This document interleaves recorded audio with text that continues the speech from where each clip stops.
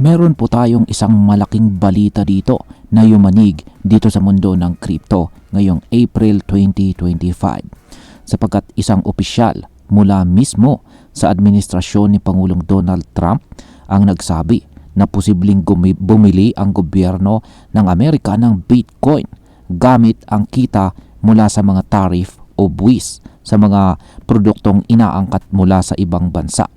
Oo, tama ang narinig ninyo. Ang bansang may pinakamalakas na ekonomiya sa mundo ay seryosong pinag-iisipang dagdagan pa ang kanilang Bitcoin holdings gamit ang perang galing sa import taxes.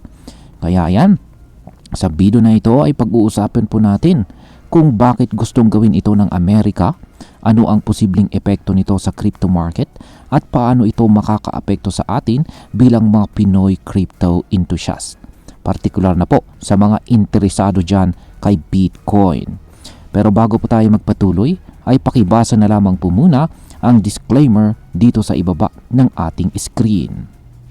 Ayan, simulan po natin sa unang katanungan kung ano nga ba ang ibig sabihin ng pagbili ng Amerika ng Bitcoin gamit ang kanilang tariff revenue o yung kanilang kinita sa tariff. Ayan. Sa isa pong panayam sa White House kasama itong si Ginoong Anthony Pompliano, isiniwalat po ni Ginoong Bo Hines, siya po ang Executive Director ng Digital Assets Council ni Trump, na isa sa mga tinitingnan nilang paraan para makabili ng mas maraming Bitcoin ay ang paggamit po ng tariff revenue. Ang tariff ay buwis na ipinapataw ng gobyerno sa mga produktong inaangkat mula sa ibang bansa. Halimbawa, kapag nag-angkat ng produkto mula sa China papunta sa Amerika, may dagdag na buwis na kailangang bayaran ang importer. At dahil sa patuloy na tensyon sa pagitan po ng Amerika at China, tinaasan ng Amerika ang import tax nito. Mula po sa dating 10%, ang buwis ay umabot ng hanggang 145% para sa ilang produkto mula sa China. Ayon po kay Ginoong Bo Hines, imbis na gamitin ang perang ito sa ibang bagay, posible raw itong gamitin para bumili ng Bitcoin. Ang pinakamagandang bahagi raw po dito ay wala itong direktang epekto sa buwis ng mga mamamayan. Ibig sabihin ay hindi ito dagdag gastos sa mga Amerikano. Ngayon is ang sunod na tanong natin rito is bakit po gustong bumili ng mas maraming Bitcoin ang Amerika?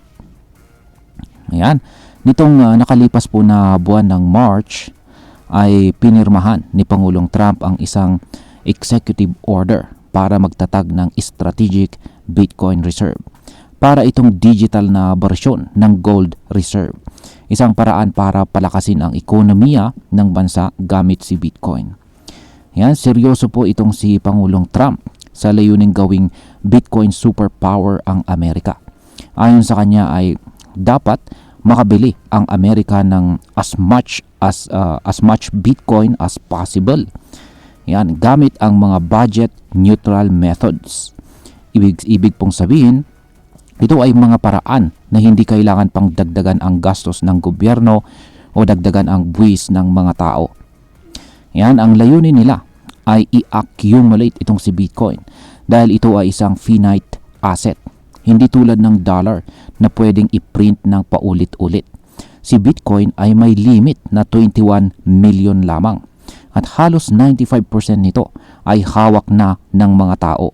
Kaya nag-uunahan ang mga bansa at malalaking institution para makabili habang kaya pa nila.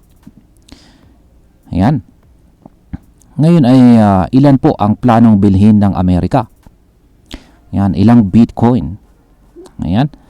Ayon sa isang panukala mula po kay Senator Cynthia Lummis, may plano ang Amerika na bumili ng 1 million na Bitcoin sa loob ng 5 taon. Pero sabi ni Hines, mas ambisyoso raw ang plano niya. Ang gusto niya ay walang limitasyon sa dami ng Bitcoin na bibilhin. Kaya yan, mas matindi po yan.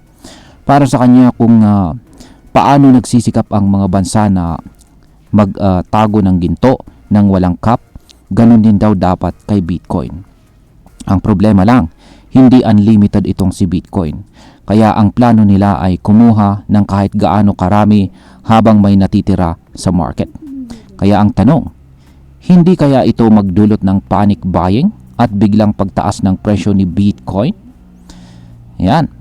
Ngayon is may iba pa bang plano bukod sa pagbili gamit ang tariff?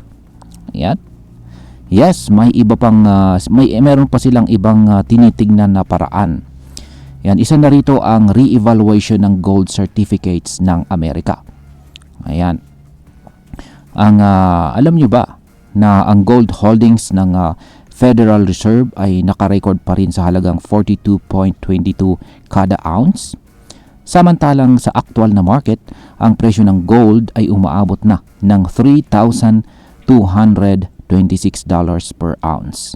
Kung itataas daw ng gobyerno ang official valuation ng kanilang gold base sa market value, pwede nilang gamitin ang karagdagang value na ito bilang kapital para bumili pa ng Bitcoin.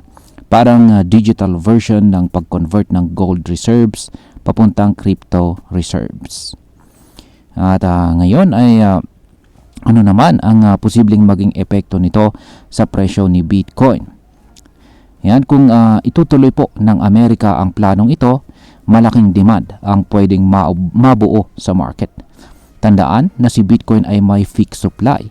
Hindi mo siya pwedeng dagdagan kahit anong gawin mo.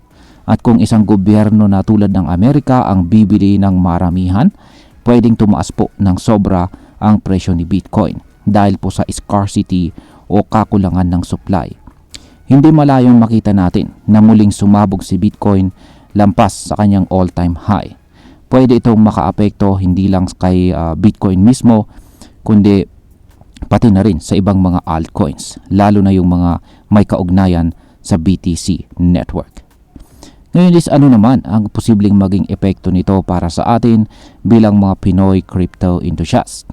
Yan. Para sa atin na nag-i-invest sa crypto, lalo na kay Bitcoin, napakalaking balita po nito. Una sa lahat, kung bibili po ng maramihan ang Amerika, tataas po talaga ang demand at posibleng tumaas ang presyo sa market. So kung may holdings ka ngayon kay Bitcoin, good news ito dahil may potensyal kang kumita ng malaki. Pangalawa, kapag nakita ng ibang bansa na seryoso ang Amerika sa pag-iipon ng Bitcoin, maaaring gayahin ito ng iba pang mga gobyerno. Pwedeng simula ito ng tinatawag na Bitcoin accumulation race ng mga bansa. At kapag nangyari ito, mas lalo pang tataas ang value ni Bitcoin sa global market. Pangatlo, pwede rin itong magbukas ng mas malawak na adoption ng crypto, hindi lamang po sa Amerika, kundi pati na rin sa mga bansang tulad ng Pilipinas. Pwede po tayong sumabay sa development ng technology kung magiging proactive ang mga leader natin sa mga ganitong balita.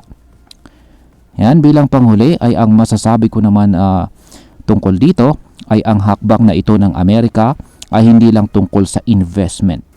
Isa itong strategic move para mapanatili ang kapangyarihan nila sa digital age. Hindi lang ito upgrade ng app, kundi isa itong philosophical move na nagsasabing ang blockchain at crypto ay para sa lahat. Kung isang bansa tulad ng Amerika ang seryosong tinitingnan si Bitcoin bilang strategic reserve, panahon na siguro para tayo bilang ordinaryong Pinoy ay magsimulang pag-aralan si Bitcoin ng mas malalim. Hindi ibig sabihin nito na kailangan nating bumili agad, pero dapat ay hindi tayo magpahuli sa pag-intindi ng bagong takbo ng mundo. Kaya ang masasabi ko lang dito ay ayan, ang hindi marunong sa crypto ay mauungusan ng mga marunong. At ayan, hanggang dito na lamang po tayo sa video na ito mga ka-crypto. Marami pong salamat sa panonood. Ingat po tayo lagi at God bless po sa ating lahat.